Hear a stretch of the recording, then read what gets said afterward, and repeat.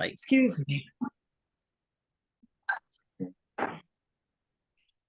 Awesome, thank you. Welcome everybody to the February 28th DEI committee meeting. Thank you, Pam. This is virtual, all virtual, only virtual tonight.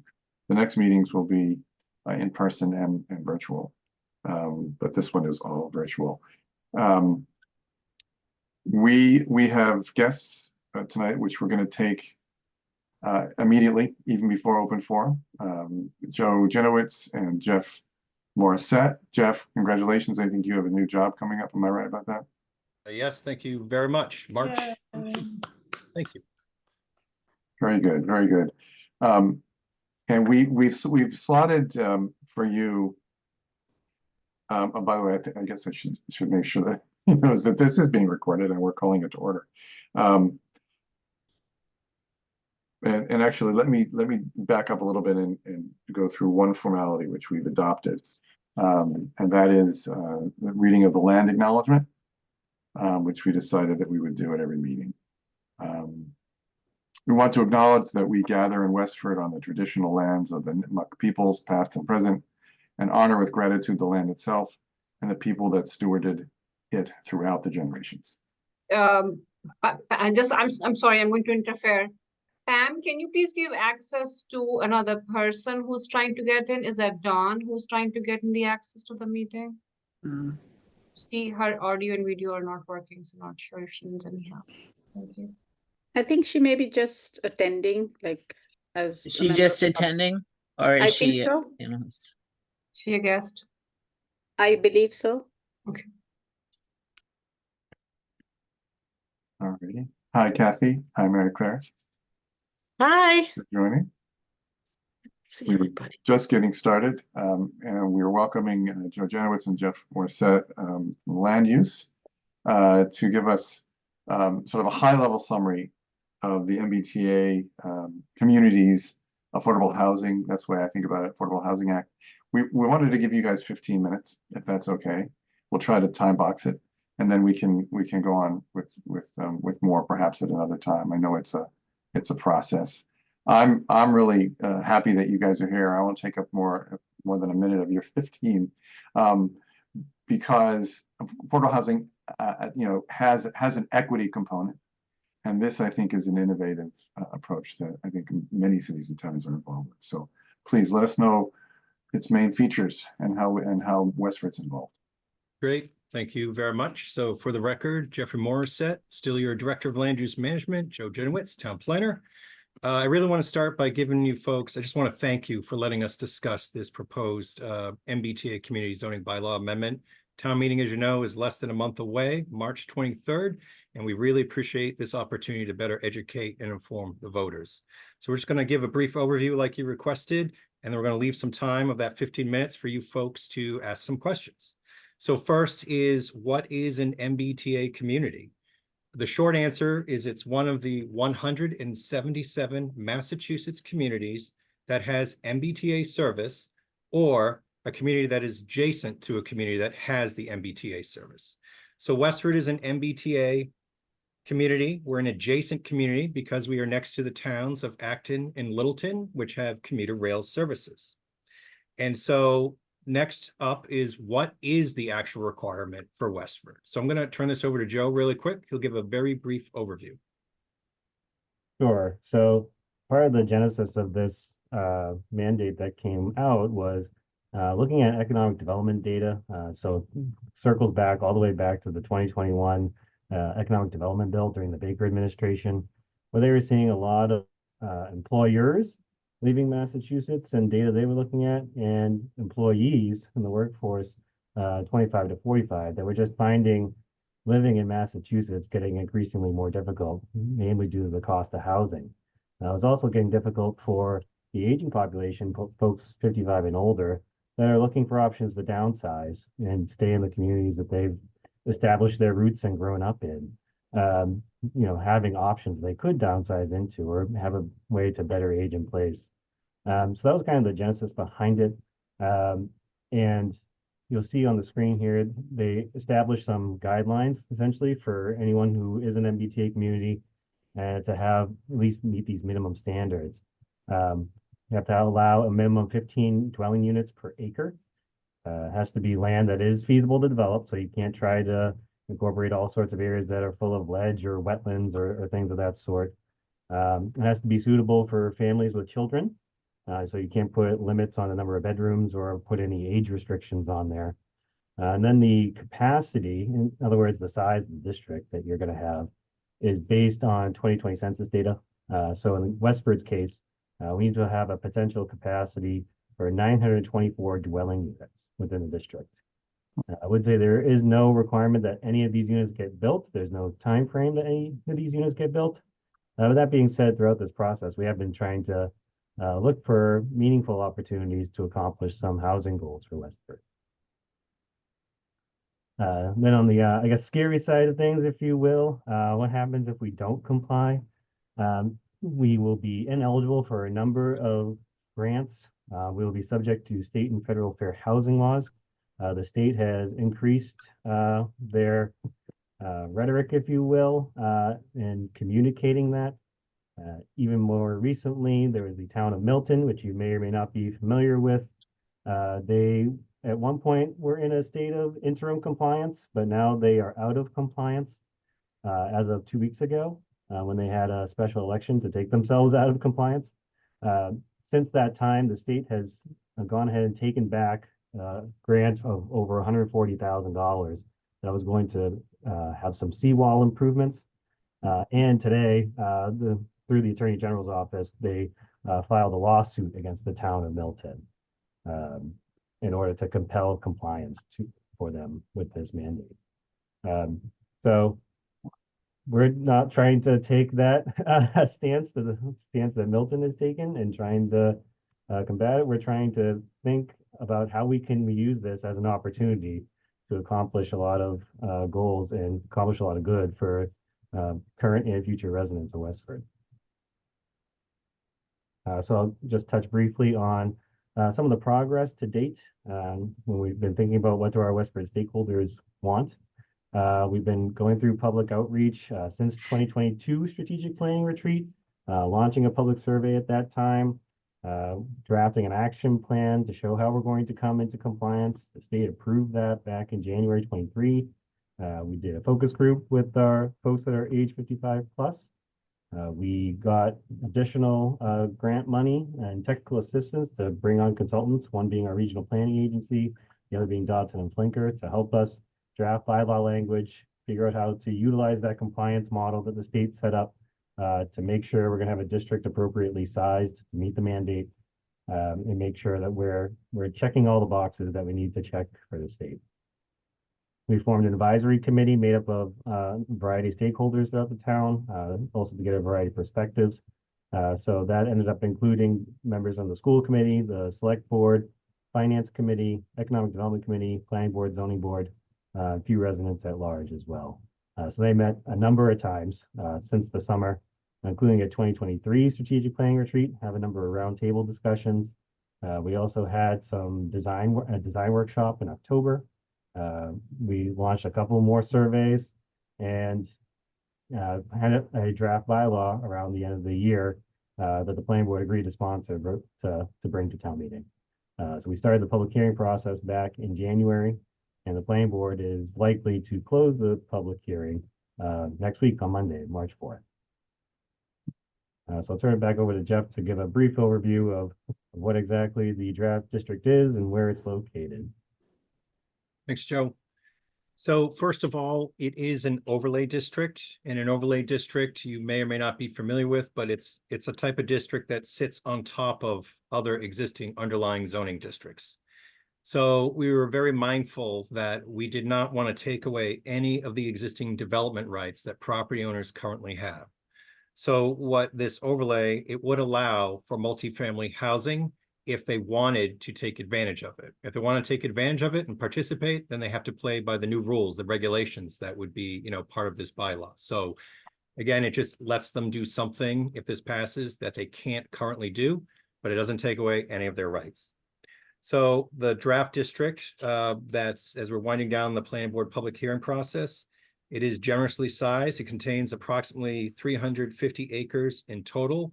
The majority of it is located generally along portions of Littleton Road and or Powers Road. It does contain portions, Tech Park West, if you're familiar with that. There's in that area there, the two white areas are actually the Bell Apartments. So it's pretty much the areas around the Bell Apartments in that area. Jeff, can I interrupt you just for one quick course. second? I'm so sorry. Pam, if you could admit Dawn, I think she's, oh, there we are. Very good. Sorry about that. Thanks, Jeff. Go right ahead. Sure. So the two white areas in that large blue mass, those are the Bell Apartments. There's a portion of the Neshoba Valley ski area that is included to have a residential component intended to support the commercial recreation opportunities there. There's the triangular area bounded by Powers, Littleton, Concord Road. We have the Westford Swim and Tennis Club. We have the Regency, and we have portions of Tech Park East. That's generally opposite the Neshoba Valley Technical High School. So the state's compliance model, it's basically a spreadsheet that's used to estimate the unit capacity that Joe was mentioning earlier. We have an absolute minimum requirement of 924 dwelling units. This draft overlay, as I mentioned, it was generously sized. It's closer to almost 5,000 units. However, the state's modeling is very unrealistically high. It doesn't take into account certain topography or soil conditions or the fact that we don't have any municipal sewer. So the same modeling is used for areas closer to Boston where they have, municipal sewer. So we need a lot more land area to fit our drainage, to fit our sewer requirements. And we do have some very decent open space requirements. So we think if you factored reality into this, the true yield could be a maximum of 2,500 to 3,500 units, and that would assume that every single parcel becomes developed only as multifamily housing in the highest density possible. And it doesn't factor in the soil conditions or market conditions. So we think all these things are very unlikely. And what we will say is that if the town does adopt this and unexpected things come and happen, unexpected, there is always an opportunity to amend the district in the future at a future town meeting if we feel we need to do that. But right now, we thought it was important to include a lot of areas, and I'll say why some of these areas were included. Some, as I mentioned, were to support commercial recreation opportunities that town meeting previously supported for the overlay at Neshoba and Kimball's and or just general areas along Littleton Road. We looked at areas where we had the infrastructure to support it, areas where there was public transportation, the LRTA bus route. We looked at areas for existing office space, empty parking lots, underutilized properties, areas that had walkable opportunities. So those are some of the reasons why these properties remained in the draft district as, we started over a year ago, and it's been quite a process. So we think it also balances a lot of short, medium, and long-term development potential. And we think that's a good, healthy mix for the community. We wouldn't want to see all the development happen at the front end. We want to be able to accommodate that. So we do have a significant purpose section of the bylaw. It calls out a lot of things that the goals we're trying to accomplish. In general, we built in the concept of leverage and flexibility. So we have various dimensional setback requirements. We have a 10% affordability requirement at 80% of the area median income. We have built in a lot of incentives for sustainability. And we're trying to also incorporate non-residential components to this mix. We do have opportunities. I mentioned flexibility. So we're suggesting that the planning board have the ability to waive or reduce certain requirements, but not for nothing. It's got to be the community is getting something in the goals that are identified in the purpose section that are important to the community. So every project could be unique. And so on a case-by-case basis, the board could, reduce or waive some of those requirements. They could say workforce housing could be important to us right now. So maybe we can give you some reductions in setbacks.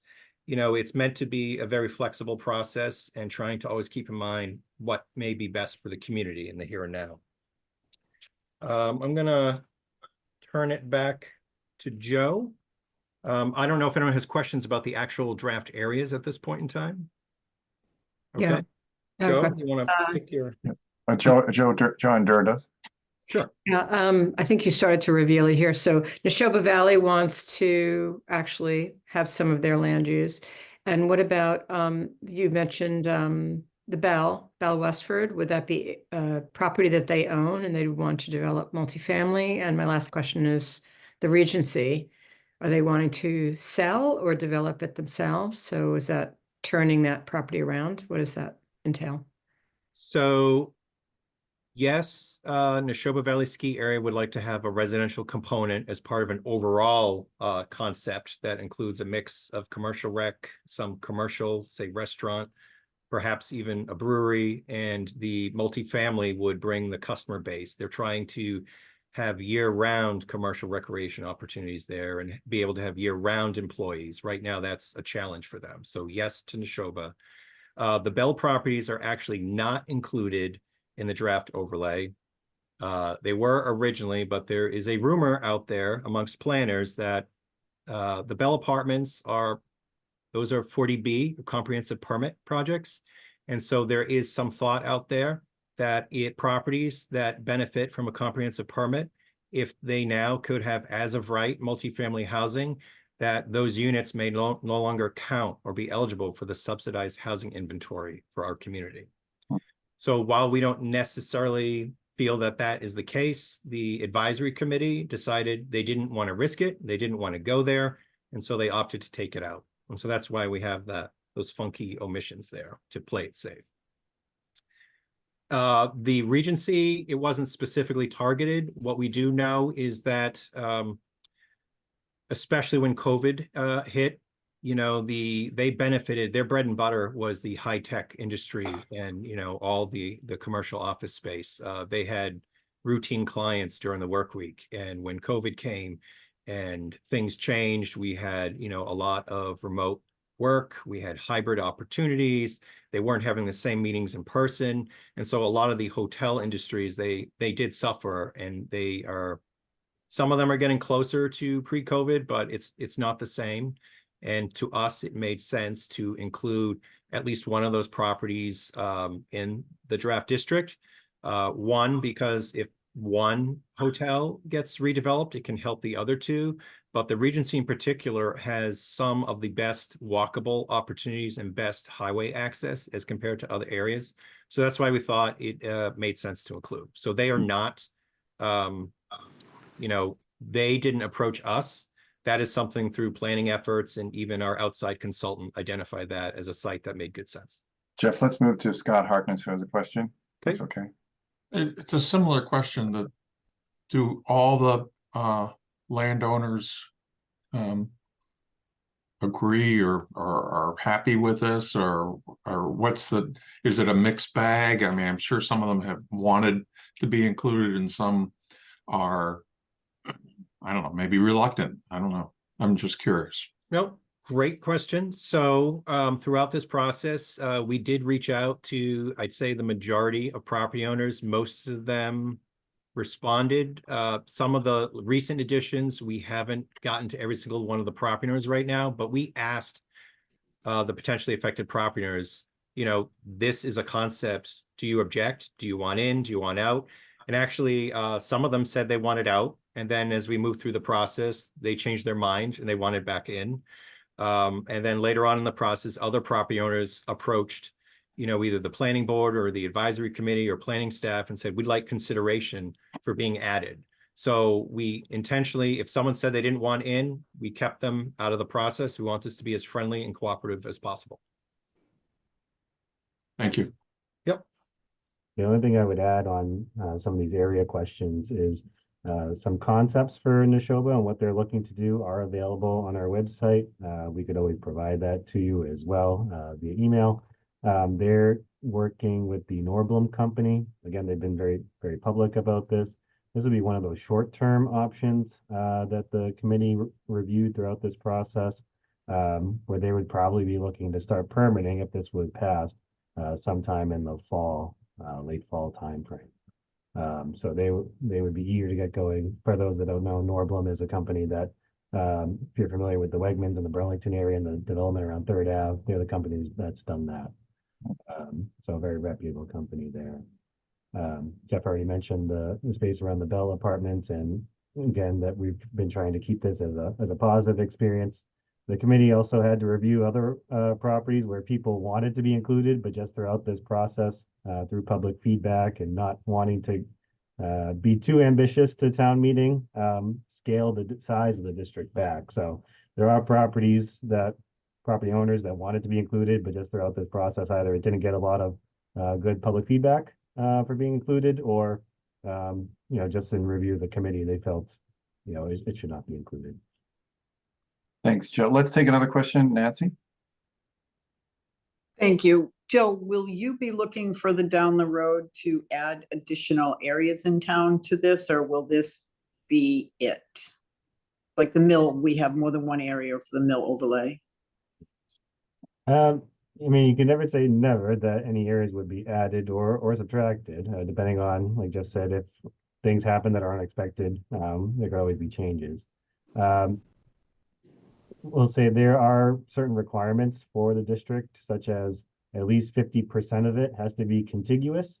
So if folks were interested in seeing this district expand to, some other portion of Westford, we would have to make sure that we're getting the math right and making sure there's enough continuity with, as you can see kind of on the map, Neshoba and Tech Park West all kind of touch each other, and that kind of makes up a large enough area, at least 50%, where the other parcels that are included don't eclipse the other 50%. So we would just have to be careful and strategic about, if we were to expand this district, that we're not making ourselves non-compliant by trying to provide more opportunities, which sounds kind of silly, but that's the way the state is set up the process. I appreciate that. Thank you, Joe. So one thing to add to that, if I could, I think if a property owner wanted to add their property in the future, let's assume we get a bylaw in the books, I think the town would be in a good position to say, well, show us your project, show us what we would get, so we don't have the uncertainty that we would have with an initial overlay district. And the town could look at a very specific proposal. There could be a development agreement, so the town would know what it would get if they chose to support the addition of a property in the future. Makes sense. Thank you. Yep. Why don't we, if there's one more question, we can take that. This has been very helpful. Thank you very much. I know that we could probably spend an hour and a half or two on it. Any other questions for Joe or Jeff? I was just wondering where all this information is, if we want to look at it, the website. Sure. So it is on our website. I don't know if you can actually show them, but if you go to planning, we have more information than you probably want to look at. We have the whole history, I believe, from the first draft action plan. We have the results of all the surveys that we've done, the takeaways from the planning retreat. We have different versions of the bylaws, how it's progressed over time. You can look at the maps, how they've changed over time. As Joe mentioned, it's been halved from what we started with. So all the information is on our website. You can also watch some of the meetings. You can watch the recent Lunch and Learn that was at the Cameron Senior Center. If you go to WCAT, there's a lot more detailed information there. You can watch school committee meeting where we gave a presentation there as well.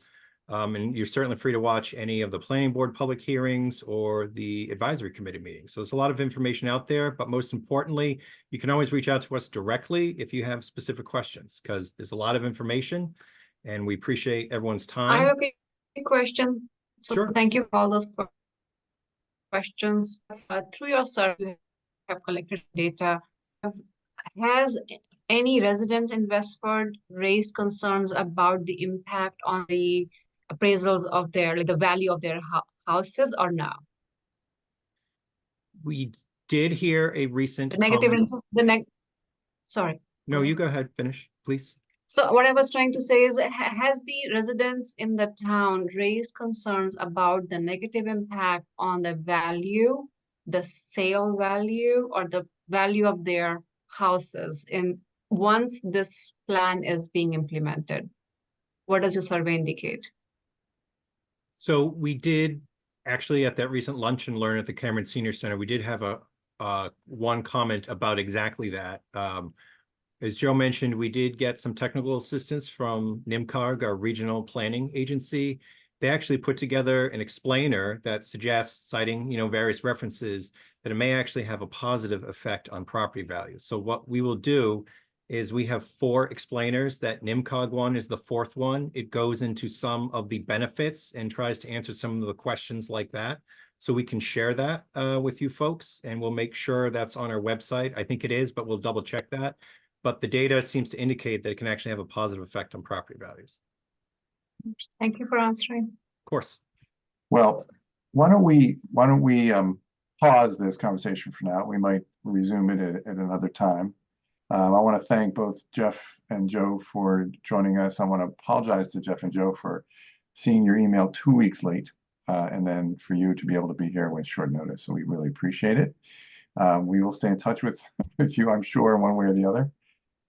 But thank you for managing this. I think it's an important public policy. Sure. March 23rd. Hopefully you'll consider supporting it. If anyone has any questions, just feel free to reach out to us. We will do that. Thanks, guys. All right, Thank you very much. Welcome. Alrighty. Welcome to those who joined during the presentation. I think that was Cynthia and Dawn. Thank you. Why don't we circle back to open forum? We skipped that just to welcome Joe and Jeff. Anybody have anything for open forum? The 7:05 item.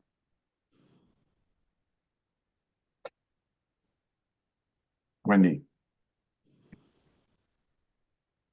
Thank you, Joe. I am part of the Westford LGBTQ plus group, and we are partnering with Acton for a Pride event on June 15th.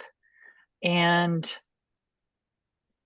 luckily, Acton is going to do the heavy lifting. They did a Pride event last year, and it was very successful. Everything went well. They have Nara Park, the facilities to run an event like that. So I am happy to just ride their coattails and be able to partner with them on that. The next step I need to do is Acton is putting their town seal on the flyer that is being used for the event, and they asked for our town seal as well so that it could be balanced. In order to do that, I want to go through the correct channels. So I have a time slot with the select board in 2 weeks, and I was hoping that this committee may consider endorsing the use of the town seal and the partnership of Acton and Westford in order to have this Pride event. Any questions? Anjali, did you have a question, or do you have an open forum?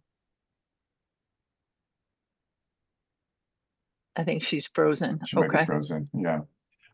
So Wendy, this looks really good, and I think and I know you mentioned this last time that you're working with Acton. I think it's great that we're able to sort of join up with them as a precursor to maybe doing something more the next year in Westford. So do you want to make a motion that the committee endorse the placement of the Westford Town seal on the flyer, and that we endorse that, and we would convey that to the select board? Can I say something before you do that? Sure. Yep. Acton, one of the things that Acton did last year was they, at this event, had a drag show. And I'm opposed to that. I wouldn't want to see the Westford seal on any drag shows. So I would like to see what they're going to propose for this event before taking a vote or endorsing it. with the We are rest of not town part of deal. the drag show. So what I'd like to see is the content of what they're going to do, because that was it's just- in there, and I'm just like, what else is going to go in there? It's just going to be a Pride festival with tables, live music for 3 hours, vendors who are maybe selling things or selling food that have to purchase tables, and any community groups such as ours would be welcome at no charge. You just have to have a family-friendly activity at your table, so that they just want to encourage it to be a family-friendly day. The And, drag show is the night before, and we are having nothing to do with that right now. but by putting our seal on, we are including that in it, correct? No, No, Yep. it's a different day. different day. I guess I'd like to see the content, because also I'd want to know, are they promoting transgender for children at this event? There will be information about that. Yeah, I don't agree with Yep. that either, because I don't agree that that should be presented to children. That it's something that should take place once they're 21, if that's an issue. So I could not support that. Thank you, Cynthia. You can Mary let us Claire? know with your vote. And Pardon me? I don't think our town would be happy about that either. You don't Well, know the town, I don't believe. I've gotten a lot of positive feedback about I'm this. not saying it to be, like insulting or anything, but I think, it's You are a very insulting. contentious issue. And yeah, I think it's something that the town should probably vote on, not just DEI decides well, that. It's going, Cynthia, why don't we, I think that what we're dealing with right now is this proposal related to June 15th. And it's pretty straightforward, related to our seal. And certainly we appreciate your opinion, and if there is a vote, you can express it there, of course, and continue to express it. Mary Claire? So I think this event is important in so many ways, because might it offend someone? I honestly don't know, because I've never thought that way. However, the fact that this event will make a difference for children who are struggling with their sexuality, for children who are raised perhaps in a home where it's not safe to come out. I don't know if you know any, I don't want to get into a back and forth, but I will say that through my work, I have worked with a lot of students on the LGBTQ continuum.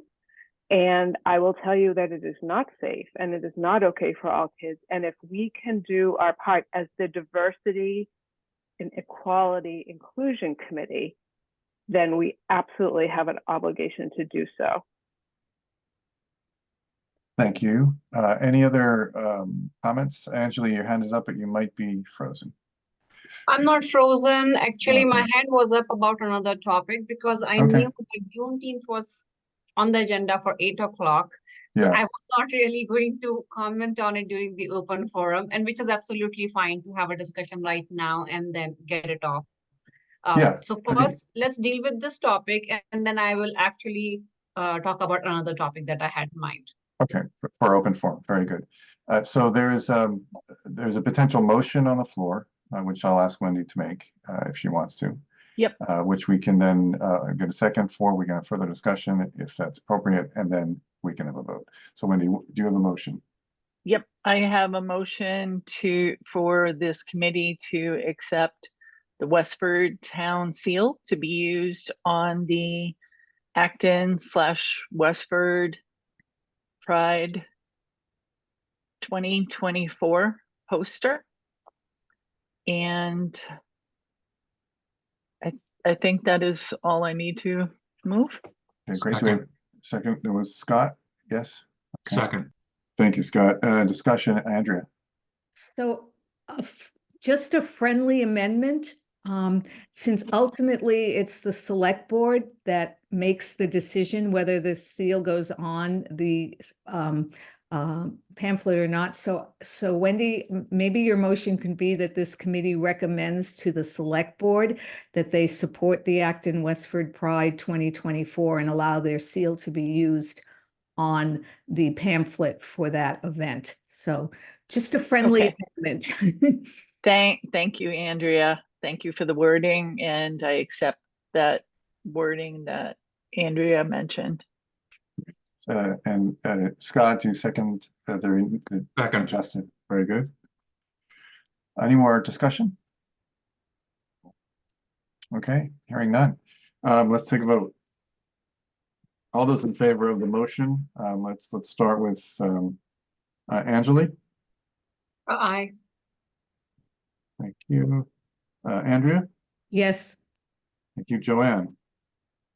Yes. Yes, thank you, Catherine Creed. Yep. Thank you, Mary Claire. Yes. Cynthia King. No. Okay. Dawn Brantley. Yes. Scott Harkness. Yes. And Nancy Cook.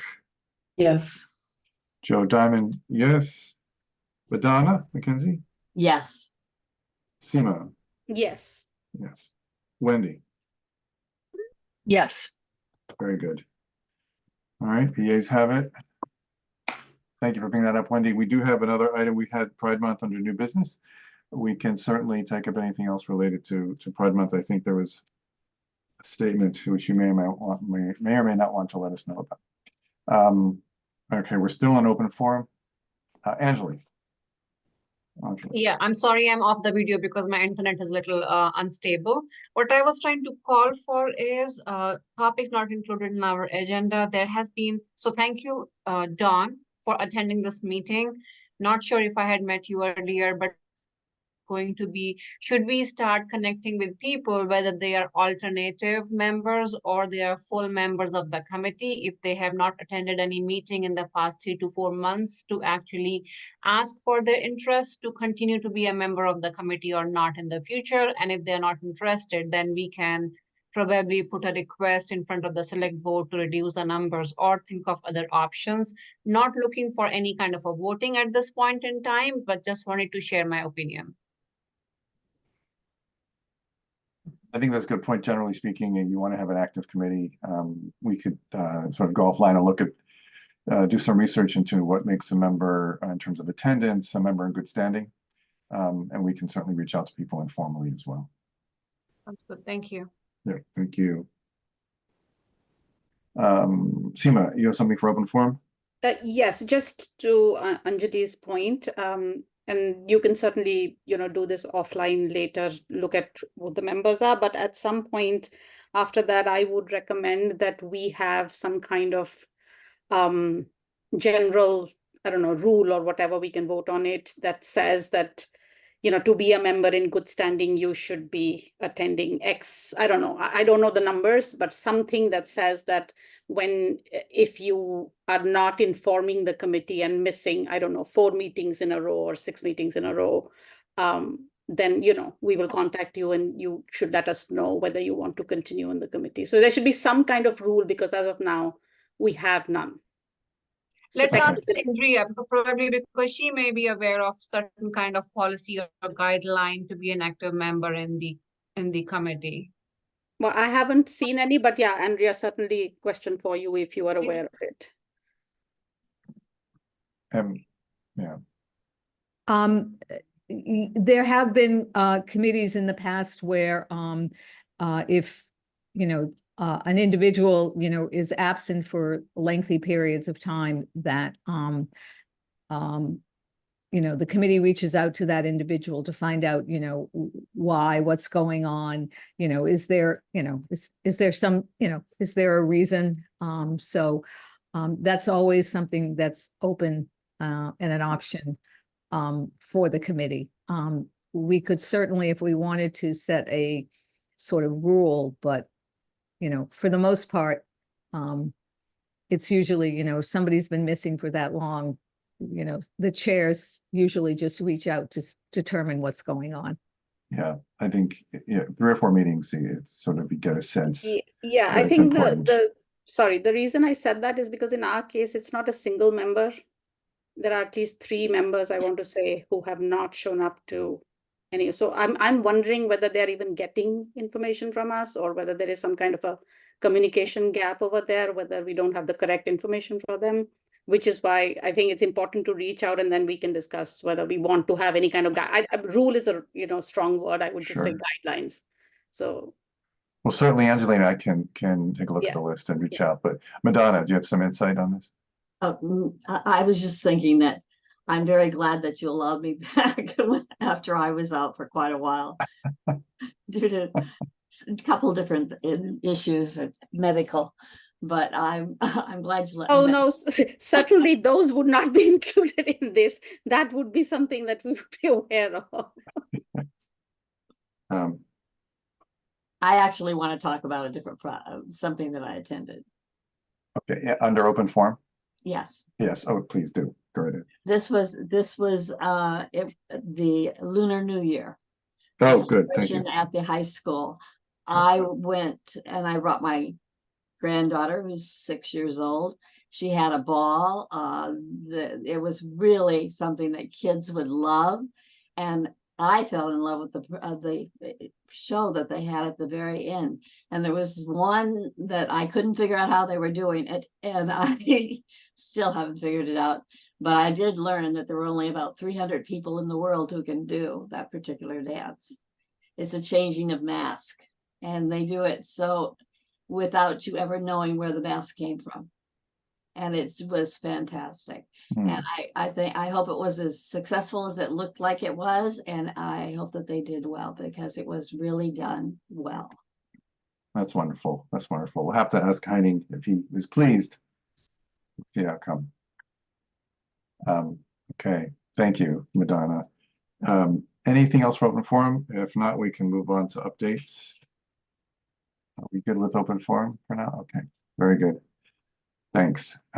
First item under updates is the multicultural calendar, making progress there. Clearly, let me ask Seema and Anjali and Wendy to update, but start with Seema. I'm happy to report that we're not just making progress, we've completed it. So the calendar is now officially complete. And so thank you so much, Wendy. Wendy was a big help in that. So yeah, it's complete now. So it can be shared by the members as they see fit. There is a flyer with a QR code, which I believe I have shared with the committee, but I can share it again. That's fine. And then, of course, the link for the calendar, I'm assuming everybody has. But I can, Joanne, you should have it. It was shared with the entire committee quite a while ago when it had just started, but I'm going to send another one out just so that, you know, everybody has a more recent email with both the flyer and the link. So yeah, that's done, that project. But there is one, there's an email I sent out today reminding everybody to take a look at that, the DEI resources page at the Lexington Public Schools equity page. I don't know if any of you had a chance to do that, but that's the part of the calendar or the website, rather, I should say, that that is something that we can discuss, and that can, you know, it's something we can do now or at the next meeting, or people can think about it and email me. So that's basically creating this page, which has all these resources. Essentially, they're links to things. So it's just a resource page, which kind of, you know, makes it easy to go access some stuff that you quickly want to refer to. A lot of theirs is very school centric. So it's a lot of it is about, you know, resources teachers would use, but some of it is very, you know, general that anyone can use. So we can put a good combination of both kinds, some that are relevant to school and some that are just for general consumption. We certainly do not have to put in everything they have. We can pick and choose what we want to put. But that's something that I want to put out there. I know I had mentioned it last meeting, but we didn't talk about it because nobody had seen it. And so I shared it with everybody. So yeah, so, if anybody has any thoughts on that, I'm happy to listen to it, or you can email me individually. I leave it at that. So that's the update for the multicultural. Oh, Good. I also emailed it to Valerie and Catherine. I think she was CC'd on that email, to just kind of let them know that it's been completed, and if the principals, if they haven't already shared it, they can go ahead and share it, because now it's complete and people can refer to it, teachers, students, parents. I also shared the flyer in a PDF form, so they can post it in the school, on the notice board, wherever they want to. So it's out there for people to use. Indeed. Scott's giving you his information. So why don't we do this? If folks may not have had a chance to take a look at the Lexington page, we can offer you some observations over email, Seema. Mm-hmm. Yeah. Great. Well, thanks again for the team that's putting it together.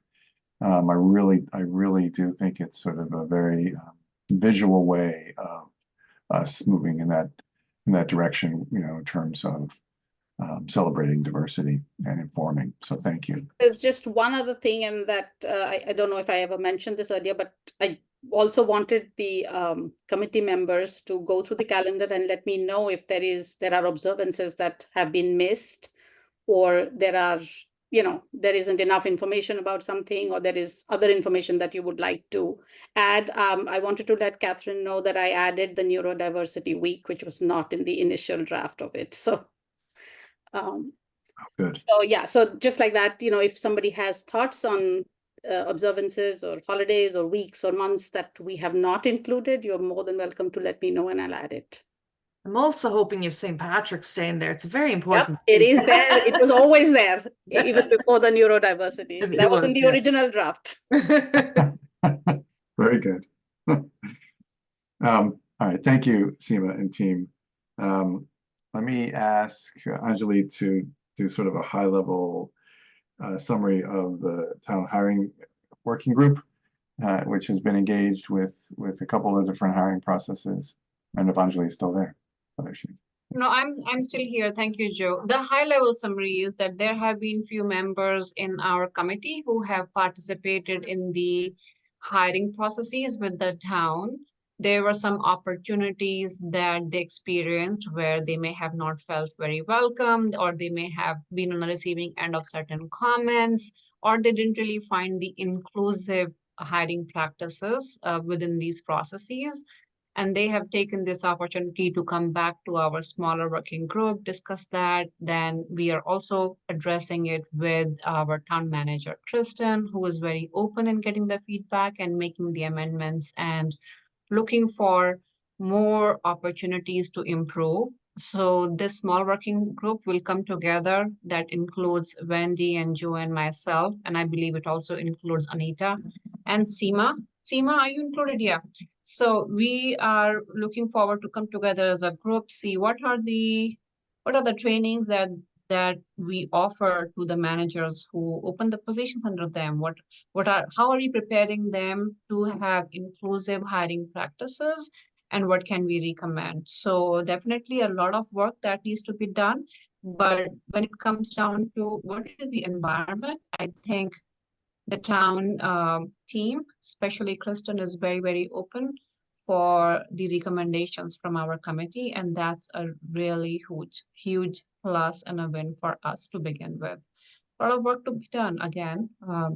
But we'll continue to keep coming back and keep you posted as we progress in those efforts. Very good. Thank you. Any questions? Thank you. Okay, great. Let's move on to the update related to the podcast. We just completed a podcast which has been posted. It was a discussion or a conversation between Anjali and I, Representative Arceo and Representative Wynn, focusing on DEI, both of whom are dealing with public policies related to DEI. Representative Arceo is chairman of the Housing Committee, and Rep. Wynn has the hate crimes bill, as you know. So that was a good discussion. That's posted. The next one is coming up March 8th, not March 1st, March 8th will be recorded on neurodiversity with Kathy Clear. Joe, can you please share the link of the podcast, because I didn't receive it from WestfordCAT directly. And once you can do, if you think that it is a final and edited version, is it possible for you to share the link with the whole committee members? It is actually, it actually has been posted by Mike Wells at the DEI part of the Westford website. It's on the on the right-hand side. Okay, gotcha. Thank you. And it should be right there. Yeah, I may have used it. Thank you. Oh, great. So Catherine Clear is going to join us along with somebody that you're recruiting. About Danielle Thompson, who's another parent in town who's really well versed on all things neurodiversity and the true meaning of inclusion. So yeah, I really appreciate you giving us the March podcast for this. So thank you. Our pleasure. We look forward to it. Do you want, now that we're on that topic, do you want to let us know about Neurodiversity Week? Yeah. No, just to kind of give everyone a quick update on what's happening. It's something very small that kind of started last year, kind of hosted or sponsored by CPAC, but I'm kind of taking the charge and organizing it for CPAC. Last year we just kind of focused on the schools, which and asking them to read a book, have a talk, create awareness, do an activity, really to leave the teachers kind of lead with the class in something appropriate in such a way. And they actually really they responded really well to it. And so it's in the school improvement plans for this year. And so they're doing that again. And so with that in mind, we kind of wanted to focus a little bit this year, because it's only the second year, in how we could bring awareness on the community side to it. So we're obviously doing the podcast, and the select board has already kind of formally approved Neurodiversity Week in March. And we're hoping we'll have 5 minutes with you, with select board, just to give a little mini presentation on the next meeting. And hopefully you all got your copy of Westford Neighbours. Thanks, Joanne. Can you autograph my copy? Catherine's on the cover. Look, there she is. Well done. I hadn't planned on being in it, but Danielle, who's in it, was like, "I'm not doing it if you're not." So, and I was desperate for her to take part, because I think she has really good stuff to say. So I'm thrilled if any of you have had a chance to read it. I actually just was floored by Valerie and the spirit of what she captured and how she really brought all the voices in. So we were really thrilled with that. It kind of came about very quickly. I pitched it last October. They had other plans and then they fell through. And so they came back to us. So it was meant to be divine intervention of some sort. And then the other thing that we're very excited about doing, and I would love if we could kind of share it on the Facebook page and stuff. I have the graphic, so I can share that with you. So Suzanne Eaton, who's also on the cover, is originally worked with Lego. She was essentially a master builder and now works with the New England, I think it's New England Lego group. And they do community builds across Massachusetts and New England area. And so on March 22nd in the parish hall, the first parish hall, from 3 p.m. to 7 p.m, we are doing a community Lego build. So what this will be is a 3D sculpture made of Lego of the neurodiversity infinity loop, which is multicolored.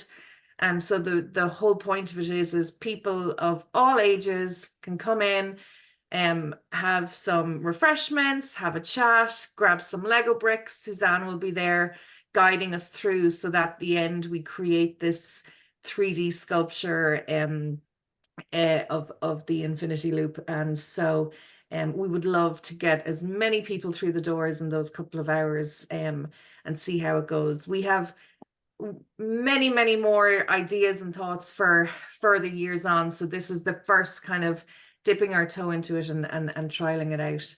And so I can share that graphic with you, the flyer. And the other thing is Matty Tricka, who some of you may know already. He's working with WestfordCAT on an art. He wrote an amazing speech. And so he's kind of turning that into like an article and presentation with WestfordCAT, again, to raise awareness. So that's kind of what's happening with neurodiversity for this year. And hopefully I'll have more time to do more next year when we don't have 1,000,001 budget meetings. Indeed. We have 2 comments or questions. Let's start with Joanne. Yeah, quick question. This is wonderful. Thank you. I'll make sure I go to that event. In that same publication, it said that there's something at the library from 1 to 4 on the 22nd. Yeah, I think what happened was the library gave that was the original, and then that was cancelled, but they didn't seem to change that. So I think the library had submitted it before, and with the others didn't catch it. So I didn't realize that the library had submitted it. I had submitted our own one once we confirmed it. So miscommunication, just cross that off. Thank you. Very good. Thanks. And Seema? Oh, can't hear you, Seema. You're muted. Oh, sorry. Sorry. I wanted to ask Catherine if you want to send me a small blurb so I can include that in the neurodiversity section of the calendar.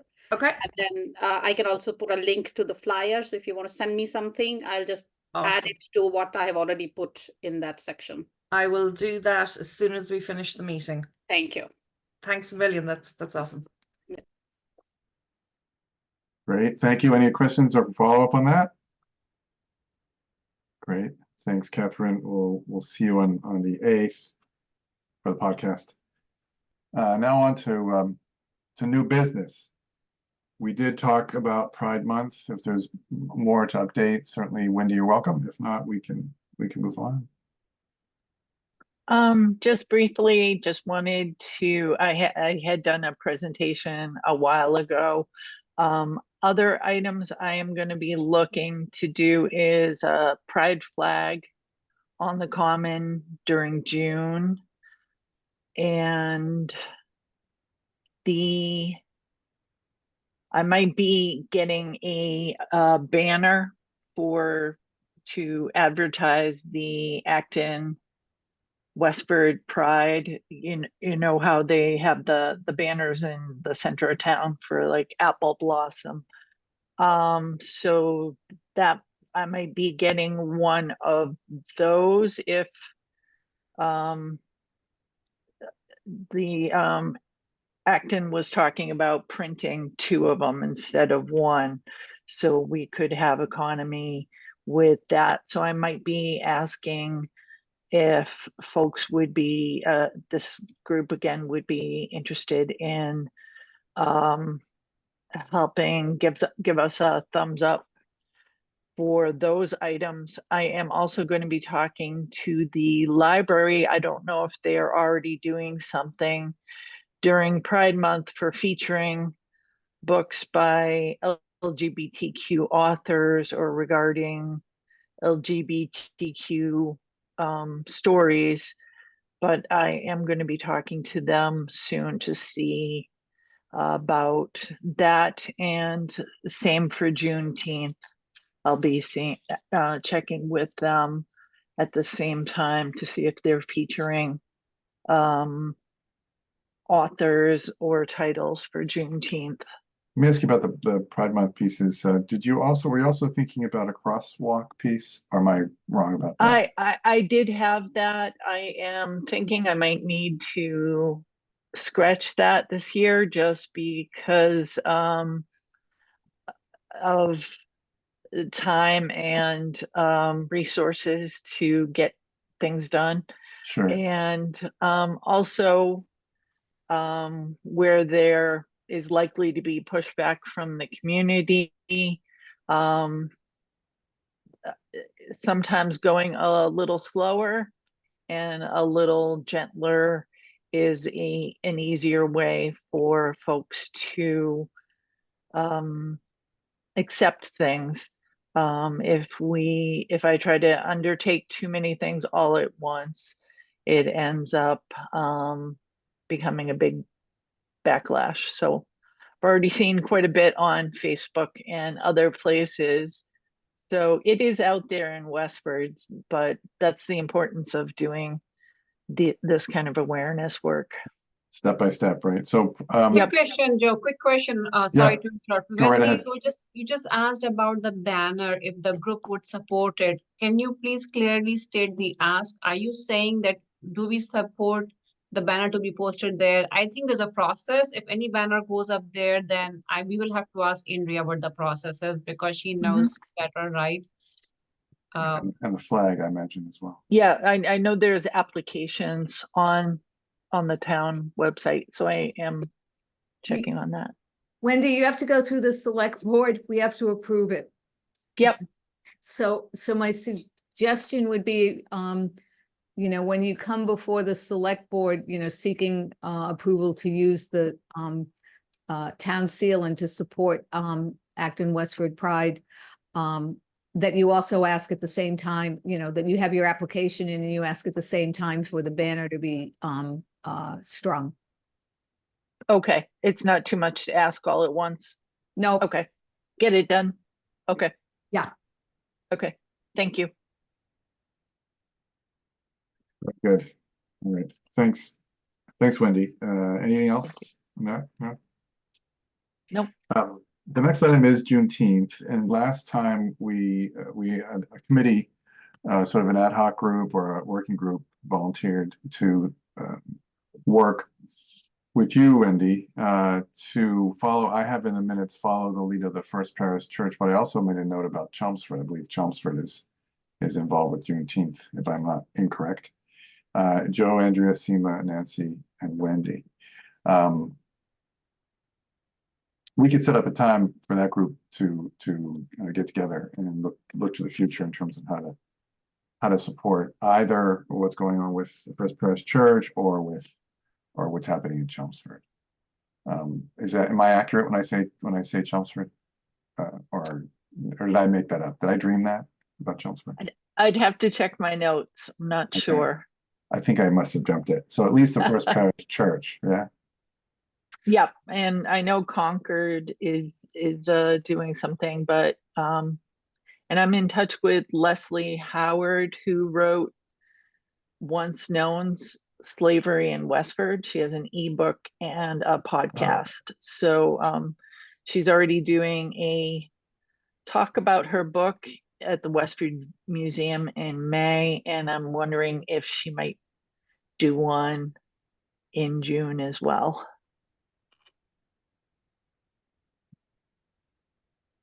I'll volunteer to pull the group together at some point between now and the next meeting. Okay. All right.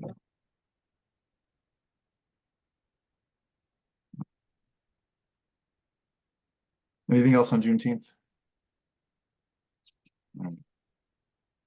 The next item is the citizen petition on Columbus Day, which has been converted into Article 22, which will be on the ballot, excuse me, not the ballot, on the warrant at town meeting on March 23rd. And as the way the state rules are, any petition that's duly signed and approved becomes a warrant article, and that's what's going to happen with this one. It is to summarize, it would celebrate both Columbus Day and Indigenous Peoples Day on the second Monday of October. Right now, in Westford, the ballot question that was approved has only Indigenous Peoples Day. To update folks, the select board has, with a 3-2 vote last time they met, and then most recently last night, approved or recommended, but I guess that was the phrase, that ballot, that warrant article. We were at the select board meeting yesterday. We appreciated the opportunity Angeli, Wendy, and I to offer our perspective. And we very much appreciate that the select board reconsidered, offered the opportunity to reconsider the vote that they took on the 13th of February. It would have been great if we were with them on the 13th, if we had been notified, but we had the opportunity on the 27th last night. So we were there to make several points about why we think it was important that Indigenous Peoples Day be the sole holiday celebrated on the second Monday. That be retained, and we also noted that we would be in favor of instead of having Columbus Day added, that we would have October as Italian American Heritage Month. We made several points. I want to thank again Angeli and Wendy for really nice presentations, short, succinct, and effective. One of the points that we made was this was a ballot, the Indigenous Peoples Day for the second Monday in October was a 3-year process, which resulted in a vote of the town and was recounted, a thorough process, and is now being in less than a year, or in about a year, in less than a year, being changed. And sort of the will of the people, we ask that the board honor the will of the people. Now, this will go to a vote at town meeting. And we did, you all should know that in the spirit of what you asked us to do, Angeli and I had a long conversation with the petitioner at Burton's about a week ago, I think it was about a week ago. And I thought it was a wide-ranging conversation, but the bottom line was and is what the petitioner said last night, and that is that the position that they take is that they want to see the petition, Article 22 as written, be presented to town meeting and voted on. We had suggested that instead of adding Columbus Day to the second Monday in October, that Italian American Heritage Month be declared in October, which wasn't what the petitioners want, and that's where we are at this point. Last night, one of the select board members suggested before the vote was taken that we would consider, again, in the spirit of making sure that everybody is kept up to date on this, that we would consider instead of Columbus Day joining Indigenous Peoples Day on that day, that it be Italian American, I forget exactly the phrase. Italian American Heritage Day, along with IPD on the same day. Yeah, so that was the suggested compromise that one of the select board members made. While I don't want to speak for the petitioner, and I would never presume to do that, we did have an opportunity to see him on the way out of town hall, and he didn't really want that either. Again, wanting the Article 22 to stand as it is. Now, again, I don't want to speak for the petitioner, but that was the impression, the clear impression that we got from him. I think our position now, if I might be so bold, is to say that when we were suggesting October as Italian American Heritage Month, that was a compromise, and so that it would be instead of adding Columbus Day. I'm not sure that we want to offer that now, because I don't think the petitioners would accept it as a replacement of their article, as a friendly amendment, let's say. I don't think it would be accepted as a friendly amendment. So I think for us, we've been asked by Pam McNiff if we were going to take a position. Last time we met, we decided that we wouldn't take a position. We discussed the possibility of opposing. Last time we met, we didn't take a position because in the spirit of reaching out and in good faith, we decided that Angeli and I would reach out to the petitioner, and we did. And so that's where we are. My thought is that it does make sense for us to consider taking a position. And we can talk about what that is, what that could be. I did see a hand, which is no longer up. But are there any questions at this point about how we got to this point, or where we are? Or do you want to add, because you were at the meeting as well yesterday? So did you want to add any comment? I thought you wanted to speak, and probably I did interrupt earlier. Who are you talking to, Angelique? I didn't catch the beginning. I'm sorry. I thought that Scott was trying to say something where I had interrupted. So, and he was at the meeting yesterday as well. Scott, did you want to add any comment? Without being too negative, I thought that this board, this DEI committee, is an advisory committee to the select board, and that certainly two of the three people that voted against reconsideration did not listen to us at all, and made me feel as though if we ever bring up a real topic like doing anything in this town, that they would not support us. And it was very disappointing to me. Thank you for sharing your feelings. We can connect. I can totally relate to you, and I can understand how you feel. And probably we need to connect offline about how to deal with resistance and how to get a better buy-in, right? So what can be our strategy moving forward? Coming back to the point of what Joe was talking about as taking a stand or probably having a proposal. Joe, is it okay if I move ahead and add a couple of more comments? Or do you want to take? Please, no, I want. Okay, Yeah, thank you. please. So how I feel is one of the select board members proposed that we consider Indian American Heritage Day along with the IPD. And as Joe indicated, that the petitioner shared their feelings before they left, that they would not like it, they would not accept it. Outside of that, my question and concern is about this committee. How do we feel as a group, not how the petitioner feel, because we need to take a stand as a committee, right? So I wanted to put this notion out there.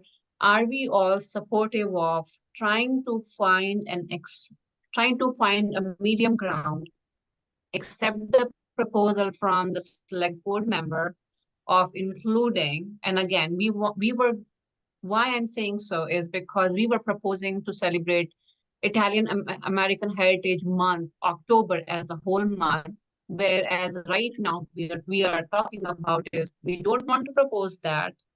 What we want to look at is, can we celebrate the second Monday of October as IPD along with Italian American Heritage Day, not Columbus Day, Italian American Heritage Day, and then take a stand today, take a vote, and then go back to select board and tell them where we stand and what we are proposing. So back to Joe on how to really pass it through the committee, but that's what I wanted to propose. Seema, you have your hand up.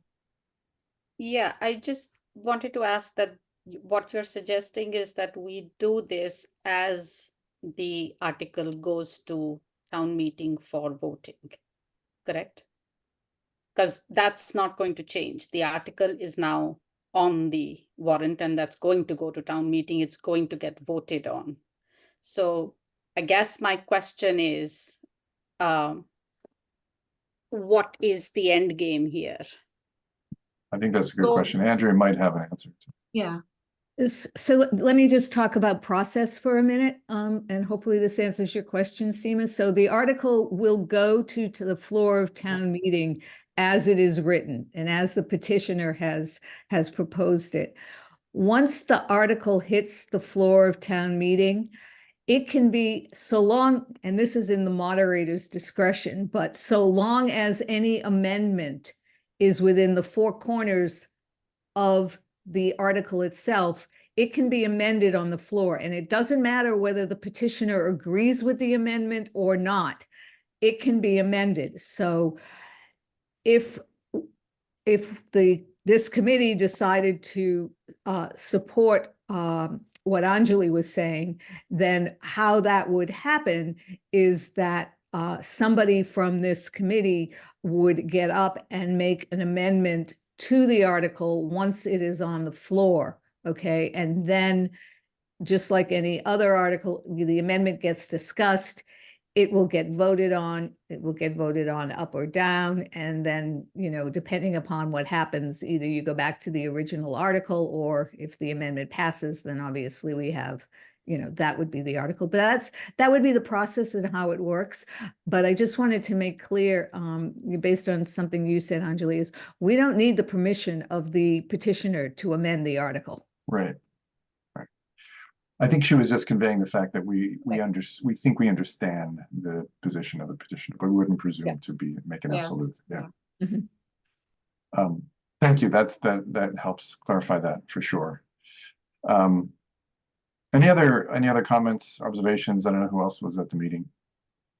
I will say, sort of stepping down from being co-chair, that it was very disappointing on a couple of fronts. One, the lack of support from the entire board, but thank you, Andrea. And further, the fact that this is a certain kind of process that took 3 years and then now is not being honored, could potentially not be honored, right? And that's really disappointing to me. Wendy. I'm disappointed that it was a vote made by the town and it has been rescinded, and that sets a very bad precedent, I think. It makes me sad as a town member that can happen when it has been voted upon. Well said. Let's see, Cynthia.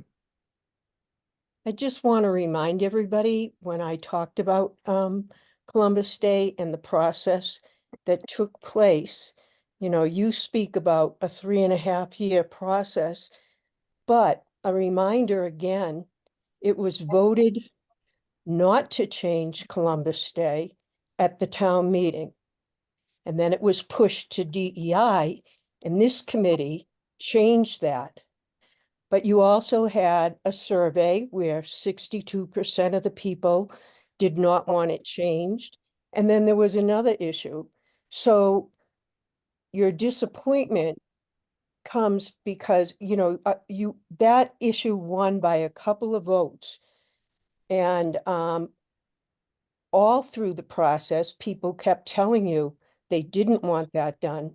And I feel that this committee should now honor both of the days on the second Monday of October.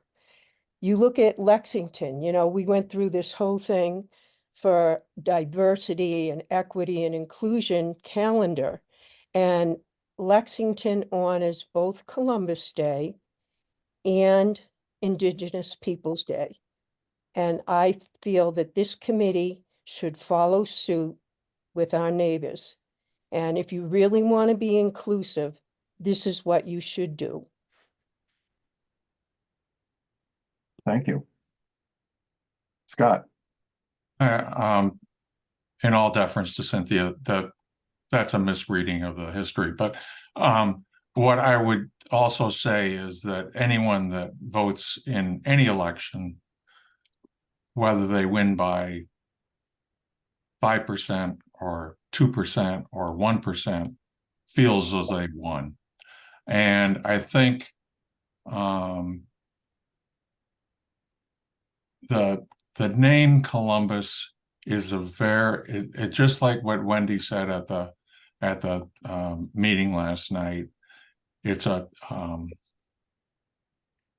something like trying to put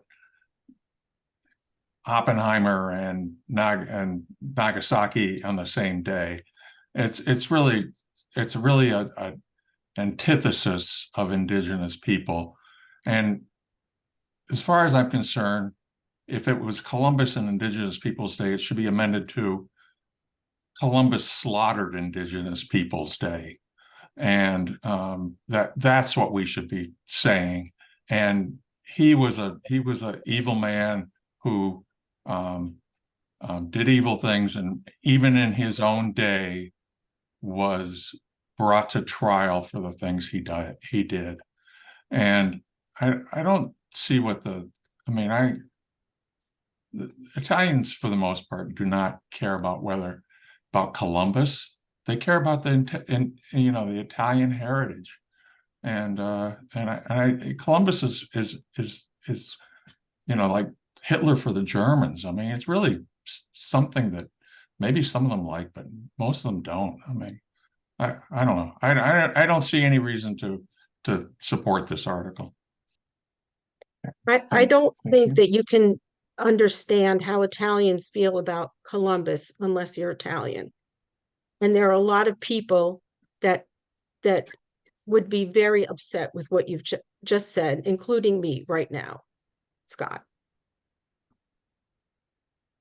Thank you, Kathy. We can come back to you if you like, if you put your hand up. Madonna. I have very, very strong feelings that Columbus was not the best person to be considered the person that Italians might want to really put forward as the best they had, which was not true. Do you know that there were a lot of things that happened when we made our Constitution, and a lot of it was from Italian? There was an Italian who was working, and he was working with the people there. Jefferson actually, when they talk about the thing that this was our Constitution, we put all men were created equal. Well, it was an Italian who actually put together that kind of a thought.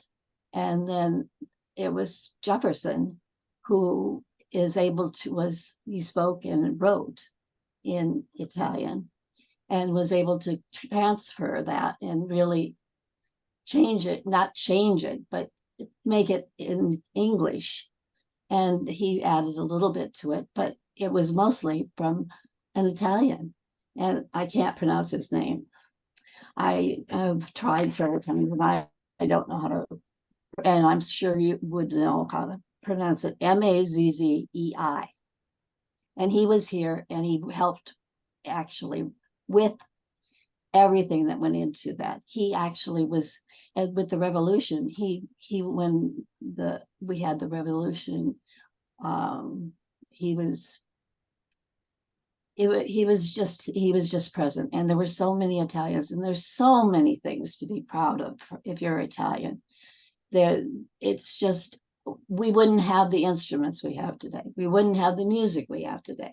We wouldn't have a Constitution that's written the way it is.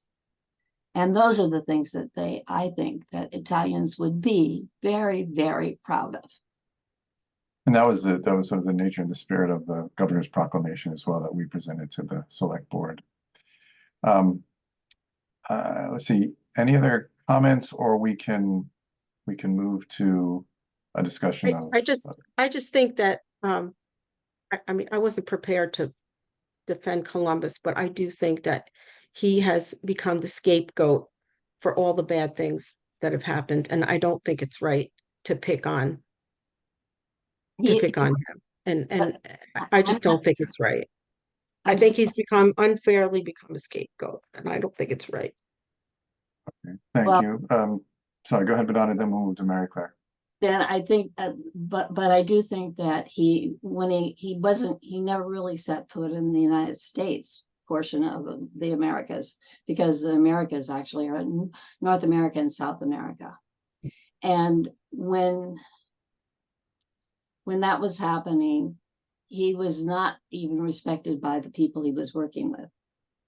And I think that also he when you talk about wanting somebody to be represented in the United States, I would think you wanted somebody who had actually helped in the United States, had been in the United States. And that was not Columbus. Okay, why don't we move on to Mary Claire? I just have a quick point that he isn't the scapegoat here. He was a pariah to even his own people back in his day. There's research documented. This isn't something that's been created by people to bring. I don't know why you think that people would do that, but that's just not the case. So I feel like you should. I feel like, you know, we need to do research, and you need to be thorough before you accuse people of using him as a scapegoat, because that's just not the case. I think people are reading two different histories. And like I said, I didn't come prepared to defend Columbus, but this has been a tradition in our country for a long time, and Italians really identify with him. And I just don't think it's right that that we had to pick Columbus Day. I want to celebrate Indigenous Peoples Day. I'm perfectly willing to share it with Columbus Day, but I don't think it was right to pick on Columbus Day. And you really hurt a lot of Italians and even non-Italians in this town by doing that. I'm just very disappointed that you spent so much time and effort to divide the town on this issue. Well, Kathy, I appreciate your point, and I think we spent a lot of time and effort on it because we were asked to, and developed an approach to it. But you're right, we have spent a lot of time and effort on it, and I think it's also good for us to ourselves continue to focus on some of the other things that the committee is doing. Angeli, go right ahead.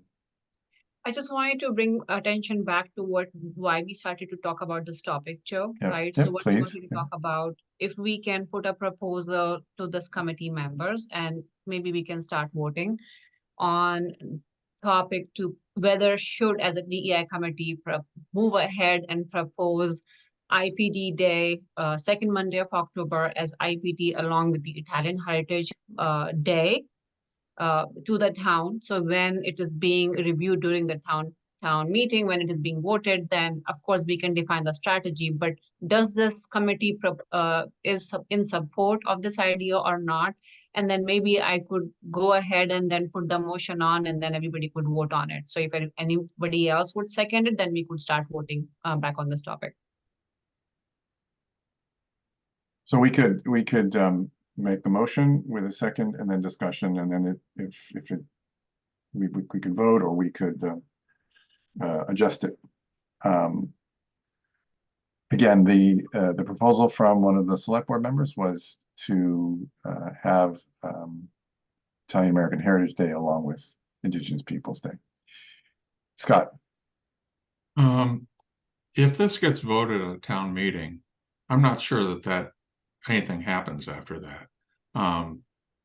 It would still have to be approved by the select board. And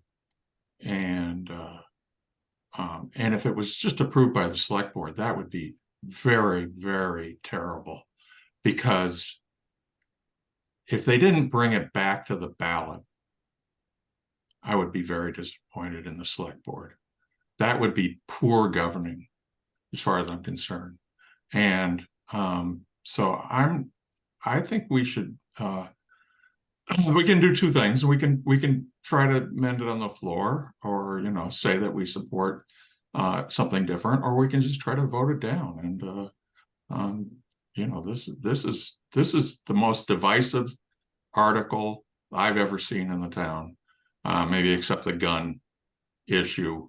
And I think that it's like the gun issue. It's a matter of belief, and I think this is a racial issue, and I'm very disappointed in the people that brought this in.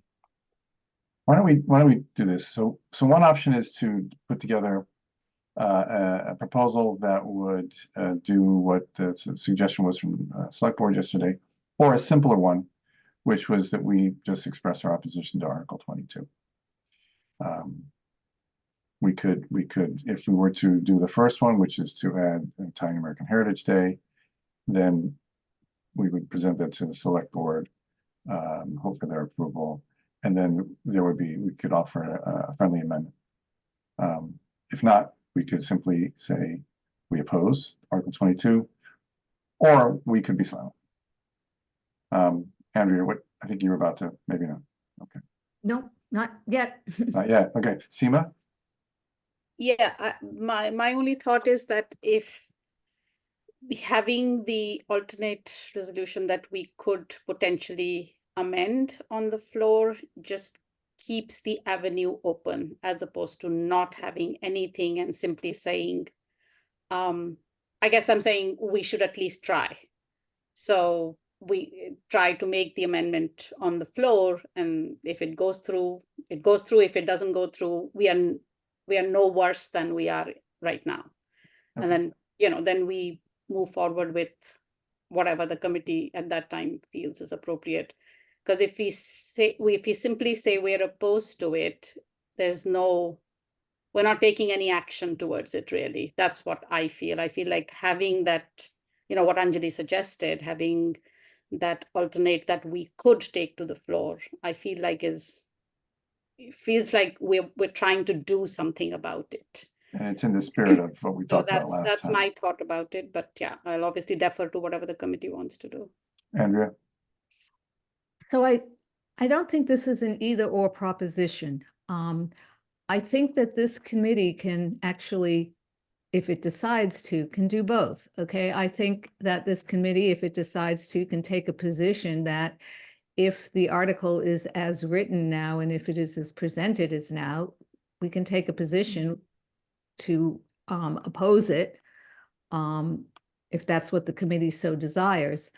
At the same time, if the committee, and in some ways, not in some ways, in that way, I think the committee makes clear what we feel about having Indigenous Peoples' Day and Columbus Day share the same date.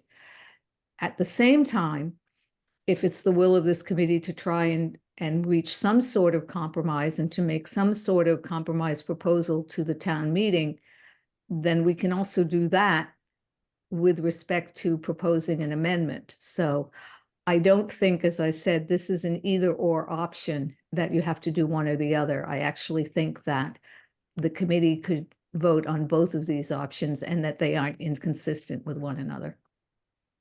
So if I'm hearing you correctly, we could have two motions. One would be to oppose Article 22 as it is, and then a second motion would be to offer an amendment on the floor related to Italian American Day on that same day. Yeah. Okay.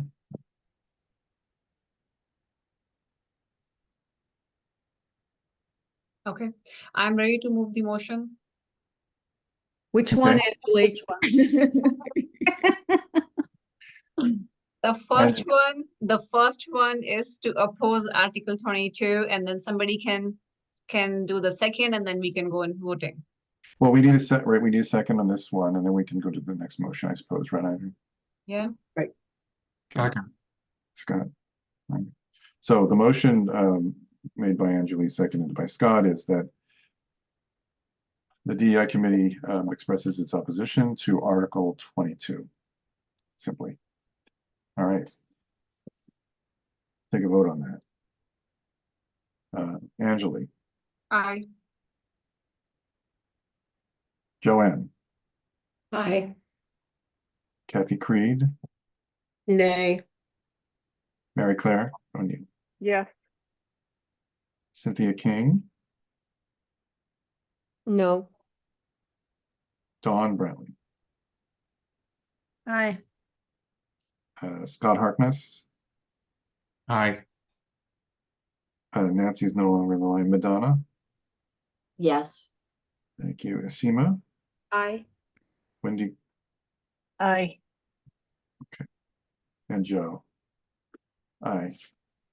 You forgot me. Did I? I'm so sorry, Andrea. Andrea, Turner Sweet. It's okay. It's I'm an I. Sorry about that. Because I had actually marked you as absent because I didn't think you were coming, so I skipped you. Sorry about that. All right. Very good, thank you. Let me make sure I get that right for the next one. Okay, now, in the spirit of what we just were talking about, we need a second motion that at town meeting, we propose a friendly amendment that would have Italian American Heritage Day and Indigenous Peoples' Day in the same day in October. Do we have a motion to that effect? I'll make a Madonna motion. is doing the motion. I I would will like to second it. reverse the order. Okay. Scott, you want to make the motion? I move that we have Indigenous Peoples' Day. We support having it be Indigenous Peoples' Day and Italian American Heritage Day. All right, so Scott made the motion. Do we have a second? Second. Done, thank you. And this is for both. All right. Call the roll. Andrea, Aye. thank you. Anjali, Aye. Joanne. Darla, Aye. Yeah. thank you. Kathy Creed, Nay. aye. Mary Claire O'Neill, Yes. Cynthia King, No. Don Brantley, Aye. Scott Harkness, Aye. Madonna McKenzie, Aye. Seema, Aye. and Wendy Lloyd, Aye. and Joe Diamond, aye. And Okay. don't forget Andrea. I got her first. Okay. Yes. I got her first. Okay. Yes, indeed. All right, so that passes as well. Okay, thank you. Hey, Thank Joe, you. before we leave this, Yeah. Catherine, can I ask you a question? You don't have to, is the school committee going to weigh in on this at all? Do you know? We actually haven't spoken of it yet. I think we were kind of waiting to see what played out at select board first, but it's actually, I noted it last night to raise it at Monday's agenda setting meeting. So Great. Thank you. no worries. Okay, thank you. Andrea, technically, do we need to, I don't think we need to appear before the select board at this point, at this stage anymore, right? Okay. No. Alrighty. Thank you. Thank you. It's a tough process and we're moving through it. Now then, the last segment has to do with meeting minutes. We've taken a great leap forward under Seema's leadership. And Seema, if you wanted to handle this part, we've got a whole sets of minutes to ask for your consideration. All right, so before I go into that, I want to first say a big thank you to Wendy for completing minutes of meetings that from a time that she wasn't even a member. So thank you very much, Wendy. All right, so what I'm going to do, just in the interest of saving time, is I'm going to read out the dates of the minutes. I'm assuming everyone received my email with the link to the folder that had all 8 minutes in it. All right, so I'm going to read out the date, and then if there is any correction or addition, just let me know and I will make note of it, and then we'll move on to the next date and so on and so forth till we have gone through all 8 of them. And then we'll take a single vote at the end for all 8 minutes to be approved together, just to save time. All right, so I'm going to go in reverse order. I have a question. How Yes. can we approve minutes when we weren't even members? I'm sorry? Can we approve minutes when we weren't even members for those certain meetings? So I don't know about the procedure for that. I'm going to ask Andrea how that works. She made the video recordings available to us. No, Seema she's did. asking how can she vote on minutes for meetings that she was not even officially a member or wasn't present. Mhm. Yeah, if you weren't a member, you really can't vote on the minutes. Right, you can't, yeah. if you So- weren't present, but you know, watched if you were a member but weren't present, but watched the video or the tape Right. afterwards, then Right. you could vote. But no, if you hadn't been a member, then no, you can't. Yeah. You're Right, most of them are pretty old minutes, aren't they? Mhm. Yeah. Yeah. Well, Yeah. I'll point that out. I mean, the date will be there. So if you were not a member at that time, I guess then, Joe, we don't have an option but to take a vote individually. Yeah, Unless- for each set of Yes, minutes. because Yeah. because Yeah, if yeah, some you're of right. them, 'Cause because it if some of varies, them, yeah. yeah. So let's just start. Instead of I think 5 of us were members during that period. Yes. And can So I it'll be just Anjali, myself, Madonna, Scott, Thanks, Cynthia. Okay. Joe. That's it, I think. So, all right. So I'm going to start. I'm going to go in reverse order. So the first set of minutes are from January 31st, which everyone can vote on because everybody was a member at that time.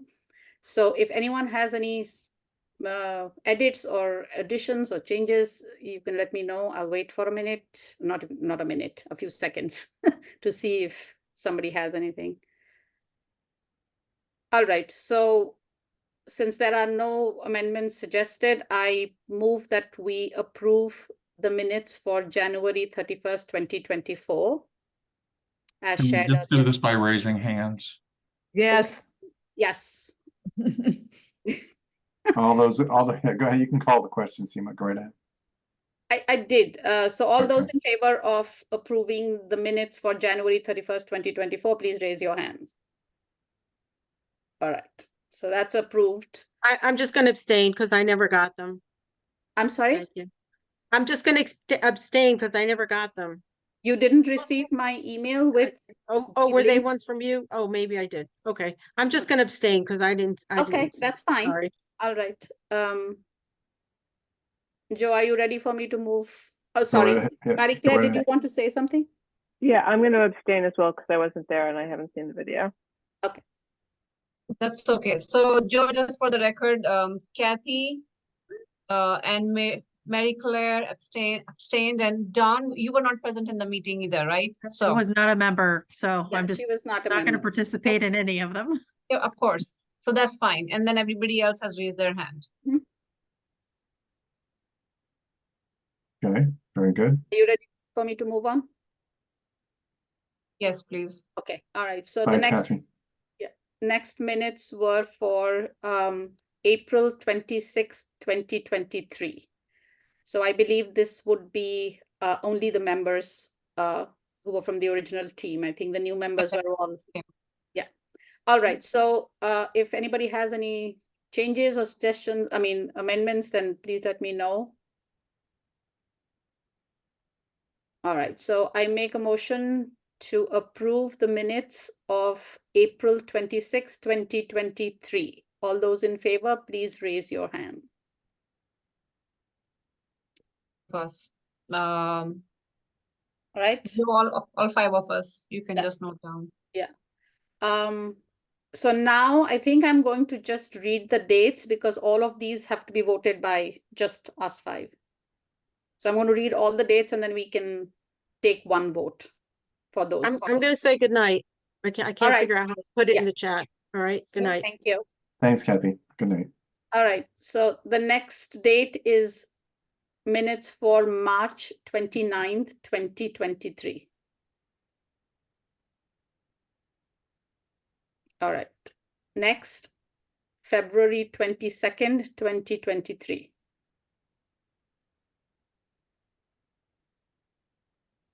Next, January 25th, 2023.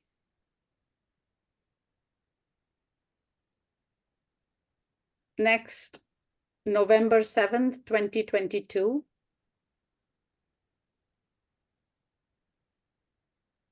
And November 30th, 2022. And finally, August 2nd, 2022.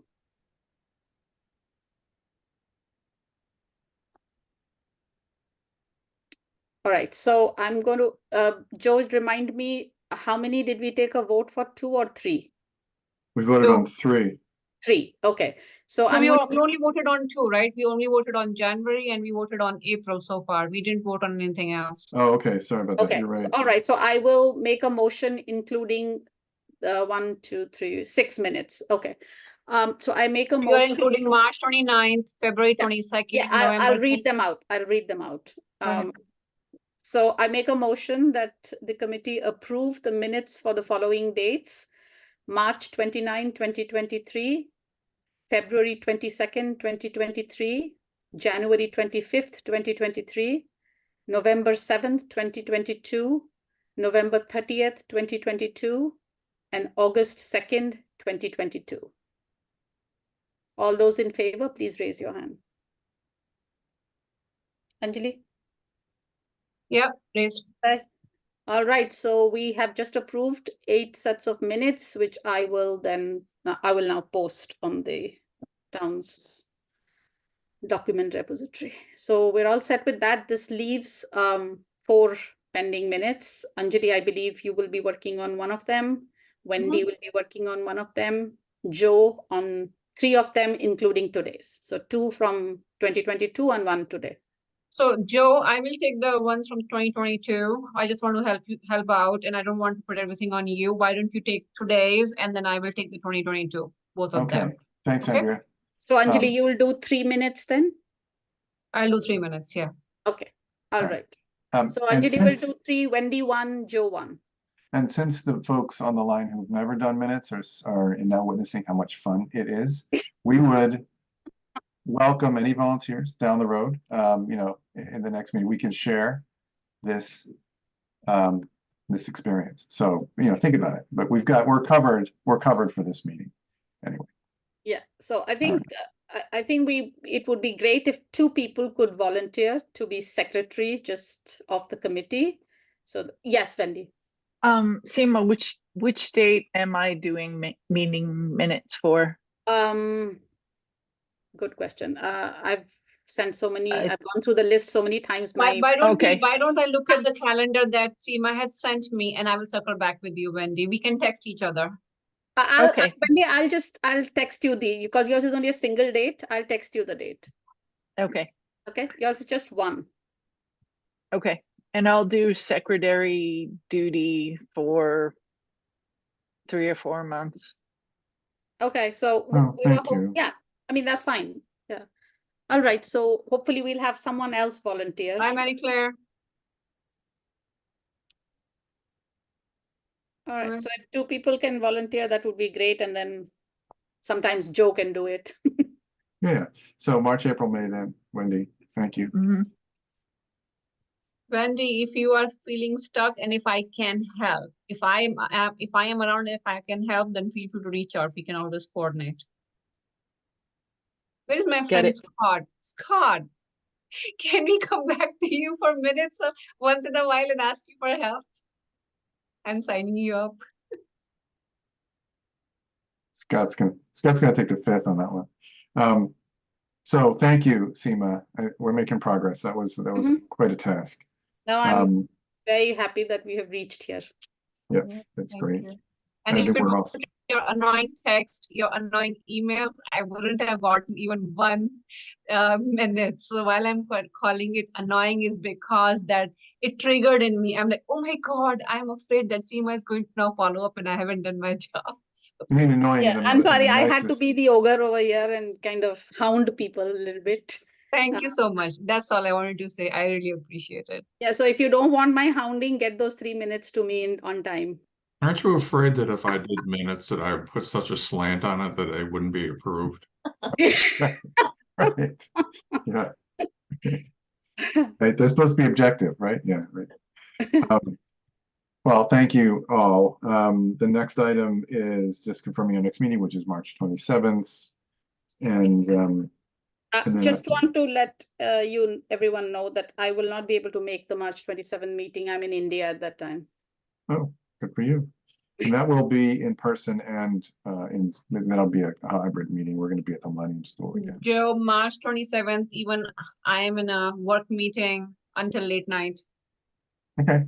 I'm gonna be away, but I'll have my phone and I don't know what it'll be, what the situation will be. Do we want to think about an alternate day that week? Can't make the meeting either. I've got a conflict. Yeah, we're- I think we have to probably come up with a week before or a week after. Well, if you do 28th, I can attend. I'm back in the US. I can attend 28th.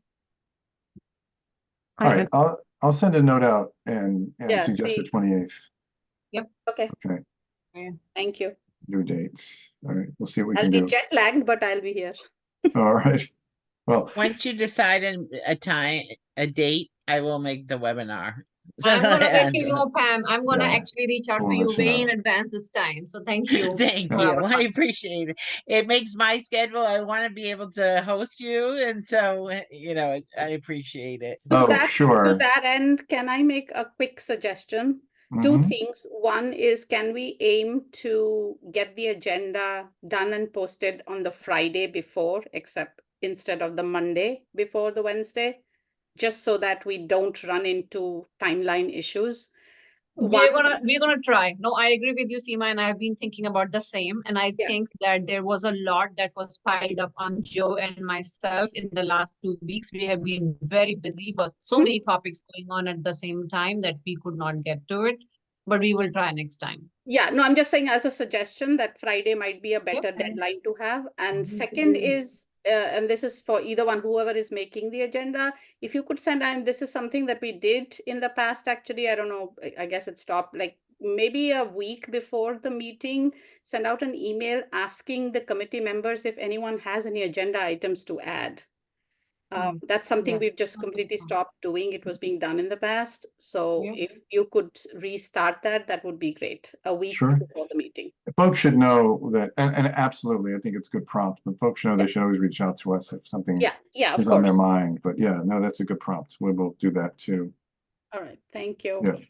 Yep.